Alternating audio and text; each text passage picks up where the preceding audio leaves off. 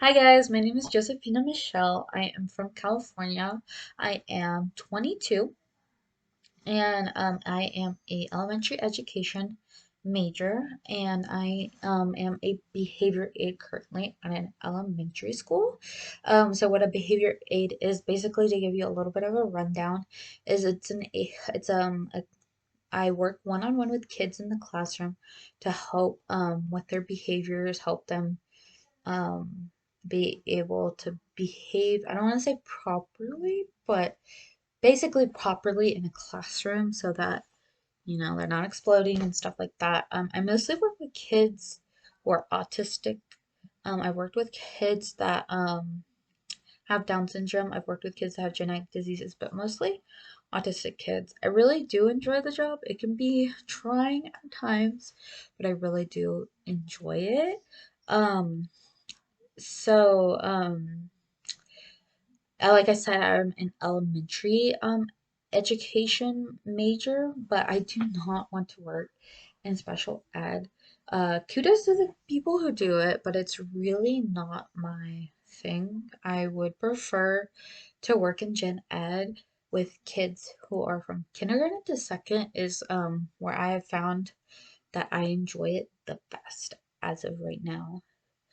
So my plans for the future are for right now, by next fall, I'm hoping to be able to start subbing. I don't know about everywhere else, but in California, you need 90 units to be able to be a substitute, and I should have all those by next fall. And then while I'm subbing, I'll still finish my college, and once I should be able to start student teaching not long after that, and then get my credential. And so within the next 2 years, I'm hoping all that will be finished, or a year and a half, kind of roughly, right? About right there. So for my family, I am married and I have one kid, a boy, who is 1 year old. He turned one at the end of August. He's a really sweet boy. I love being his mom. Hobbies. So like I mentioned, I'm a mom. So I think a lot of moms can relate, and it's hard to have hobbies when you're a mom. I try to make time for myself, but it is really hard. Um, I do like reading, I do like drawing, but I do try and um, like do things with him mostly, experience the world through his eyes and teach him things. That's kind of what my hobbies are at the moment. Okay, so what I plan to learn from this basic public speaking course is how to just speak comfortably in front of a crowd. I feel like it's easier talking to a camera because I feel like I'm only talking to myself. But in front of a large group, it is really hard for me. I've always been extremely shy, even in front of a group of my friends or anybody, even at work in a meeting. I have a hard time speaking in front of everybody. I've always wanted to be that person that can be super outgoing, but I'm just not. And I really want to work on being able to be in front of a large crowd and ask questions or give a speech or say something without feeling like I'm dying inside or turning all red or just freaking out because it's a really hard thing for me. So for my life-changing event, I had a hard time um thinking of one. I was reading through all the examples and I was like, "Ah, I don't know if I had one." But I wanted to talk about a time that I was in junior high. Um and in junior high, you're going through all these changes and you're having a hard time with uh with life and everything and figuring yourself out. And I'm in a really small community, so I had these friends that I've known since first grade. And then when we went to junior high, a whole bunch of new people came. And there was specifically this new girl who I really liked, I really bonded with her, but my friends didn't particularly like her, not because of anything, just because like there was not common interest. But I had common interest with her and they didn't. So I always had to choose between hanging out with them and her.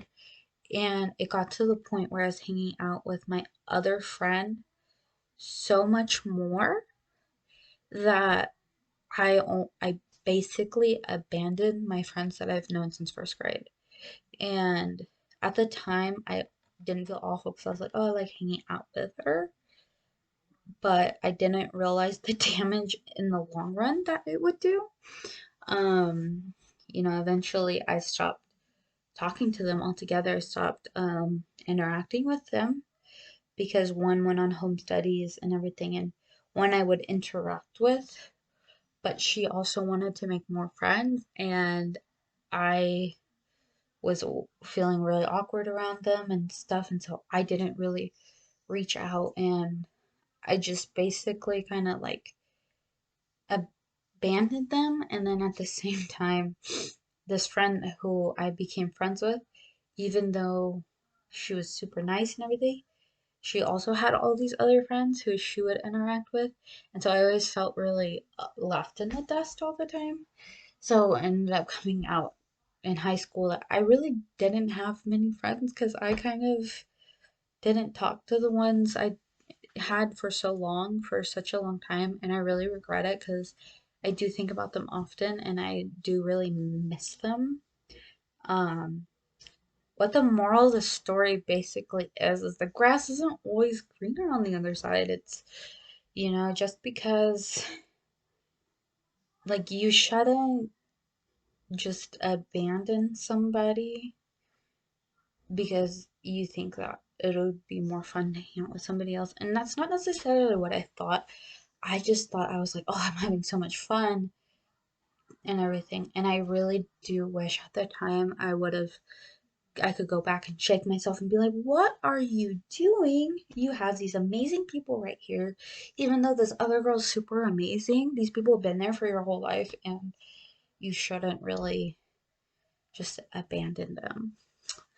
So, yeah, that was my life changing event because now I don't really talk to them. I don't have many friends, and it is kind of sad because I have a hard time like making friends now. But yeah, thank you guys. I hope you have a wonderful day.